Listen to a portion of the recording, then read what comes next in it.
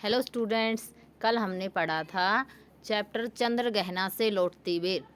इसका शेष बचा हुआ पार्ट हम आज पढ़ेंगे। कल हमने पढ़ा था कि कवि बता रहा है कि उसे खेत खलिहान कैसे दिख रहे हैं, खेतों में उगी हुई फसल के बारे में बताता है कि सरसों की भी फसलों पर पीले फूल आ गए हैं। माहौल ऐसा है कि प्रकृति के वातावरण को देखकर ऐसा लगता है जैसे स्वयंवर हो रहा हो। और कवि ने बताया है कि उसके पास एक तालाब है जिसमें एक बगुला चुपचाप अपनी टांग जल में डूबे हुए खड़ा है। लेकिन जैसे ही वो चंचल मछली को देखता है, वो अपनी ध्यान निद्रा को, अपनी शांति को छोड़कर वो चंचल हो जाता है। फिर उसके बाद वो क्या करता है वो हम आज पढ़ेंगे। चट दबाकर चोंच में नीचे गले के डालता है। जैसे ही बगुला चंचल मछली को देखता है तो वो अपनी शांति को छोड़कर जल्दी से अपनी चोंच में मछली को पकड़कर नीचे अपने पेट में डाल लेता है। एक काले माथ वाली चतुर चिड़िया श्वेत पंखों के झपाटे मार फौरन। फिर कवि कह रहा है कि एक काले माथे वाली एक चालाक चिड़िया आती है, जल्दी से अपने सफ़ेद पंखों का झपाटा मारती है और टूट पड़ती है भरे जल के हृदय पर। एक उजली चटुल मछली चोंच पीली में दबाकर दूर उड़ती है गगन में। और वो चिड़िया क्या करती है कि वो जल के अंदर जो एक उसे मछली दिखाई देती है, वो उसे अपने पीली चोंच में दबाकर ऊपर आकाश में उड़ जाती है। और यहीं से भूमि ऊंची है जहाँ से रेल की पटरी गई है, ट्रेन का टाइम नहीं है। और कवि कह रहा है कि और यहीं से जहाँ से कुछ ऊंची भूमि है, अर्थात वहाँ पर रेल की पटरियाँ हैं, जहाँ पर कुछ ऊंचाई है। और अभी ट्रेन का टाइम नहीं है, इसलिए मैं यहाँ पर बिल्कुल स्वतंत्र हूँ। ना ही तो मुझे कहीं जाना है और ना ही अभी ट्रेन आ रही है, इसलिए मैं आराम से बैठकर स्वतंत्रता से यहाँ के दृश्य को देख सकता हूँ। चित्रकूट की अनगढ़ चौड़ी कम ऊंची ऊंची पहाड़ियाँ दूर दिशाओं तक फैली हैं। फिर कवि बता रहे कि यहाँ पर बहुत सारी अनगढ़ यानी कि जिनका कोई निश्चित आकार नहीं है और खूब चौड़ी लेकिन उनकी ऊंचाई कम है, ऐसी पहाड़ियाँ बहुत दूर तक फैली हुई हैं।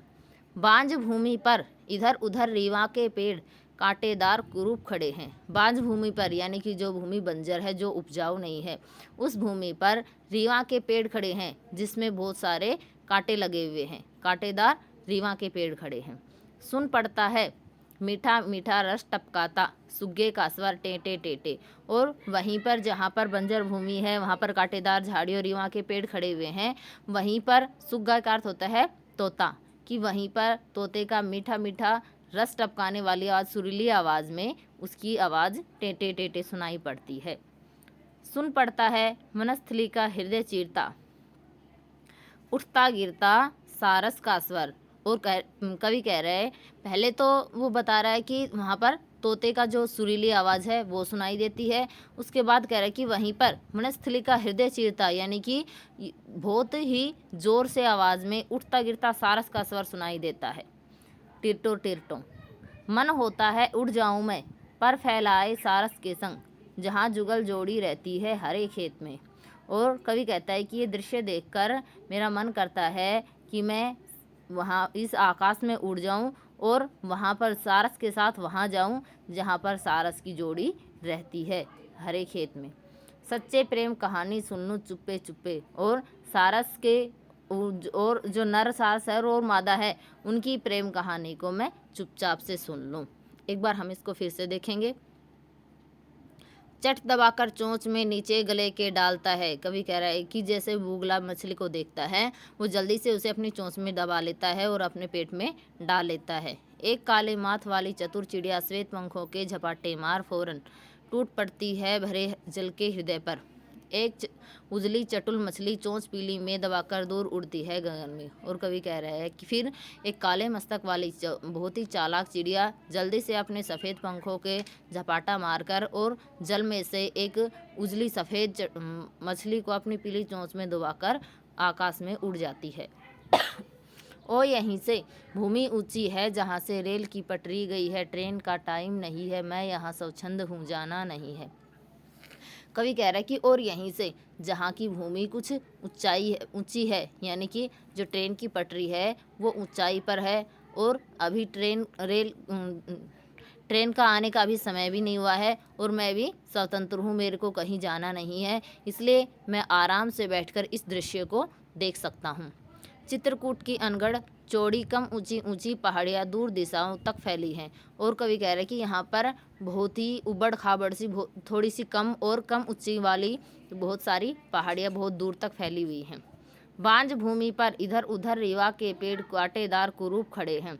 और कवि कह रहे हैं कि यहाँ पर जो बंजर भूमि है उस पर बहुत सारे झाड़ीदार कांटेदार रीवा के पेड़ खड़े हैं। सुन पड़ता है मीठा मीठा रस टपकाता सुग्गे का स्वर टेटे टेटे। फिर वहीं कवि कह रहा है कि वहाँ पर सुगे की सुरीली आवाज़ में, मीठी आवाज़ में तोते का स्वर सुनाई देता है टेटे टेटे।